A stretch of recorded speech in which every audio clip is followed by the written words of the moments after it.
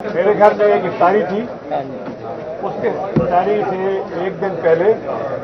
مجھے اسلام آباد سے کچھ لوگوں نے کانٹیکٹ کیا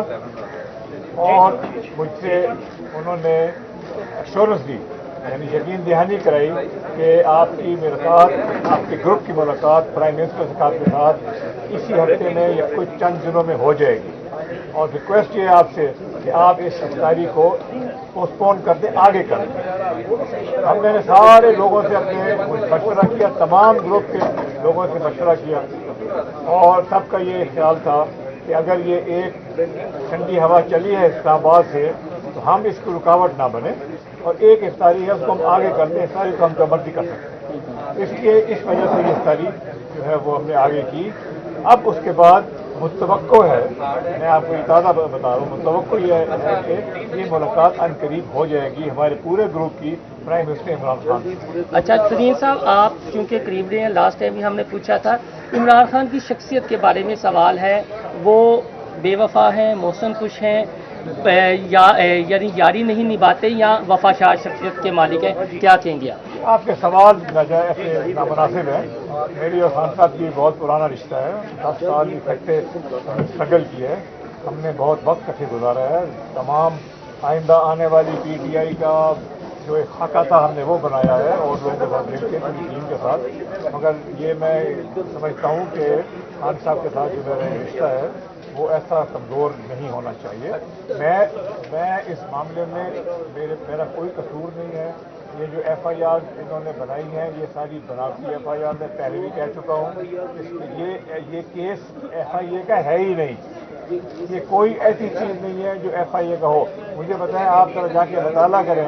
کون سی آج تک اس سے پہلے ایف آئی اے میں پرائیویٹ کمپنی کے کاروبار میں کبھی کسی کو اوپر ایف آئی آر بنائی ہو؟ کوئی مدعی نہیں ہے، کسی میرے شیئر ہولڈر نے آج تک اعتراض نہیں کیا،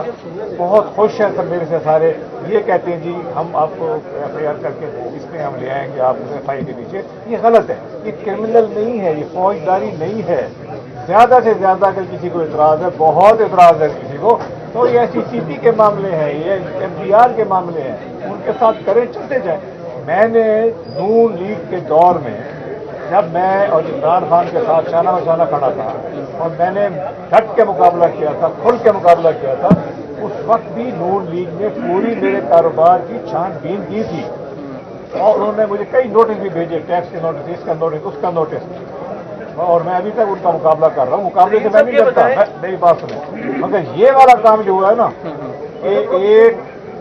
سول کیس کو جو ایک کارپوریٹ کیس ہے اس کو فوجداری میں کر دیا ہے، یہ نون نے نہیں کیا۔ اچھا یہ بتائیے گا کہ حکومت کی طرف سے ایک سیاسی کمیٹی بنائی گئی ہے جس کے اندر وفاقی وزراء شامل ہیں، اور اس کمیٹی کو یہ مینڈیٹ دیا گیا ہے کہ آپ سے یا آپ کے دوستوں سے رابطہ کریں، آپ کہتے ہیں کہ صرف اور صرف عمران خان سے رابطہ یا بات ہوگی؟ یہ جو کمیٹی ہے اس کی خبر میں نے ٹی وی پہ سنی تھی،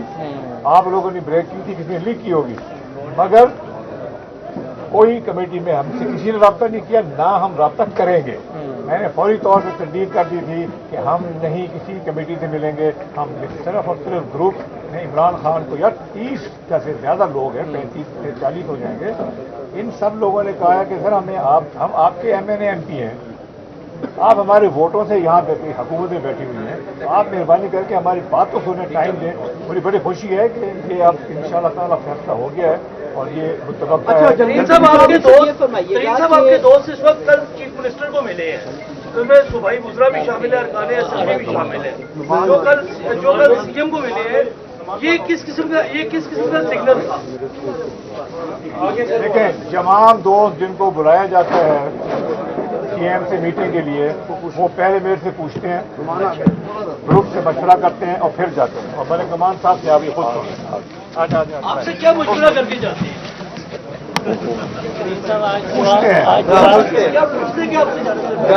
شروع کرو۔ آپ نے جو سوال کیا ہے کہ چیف منسٹر صاحب سے میری ملاقات ہوئی ہے، اور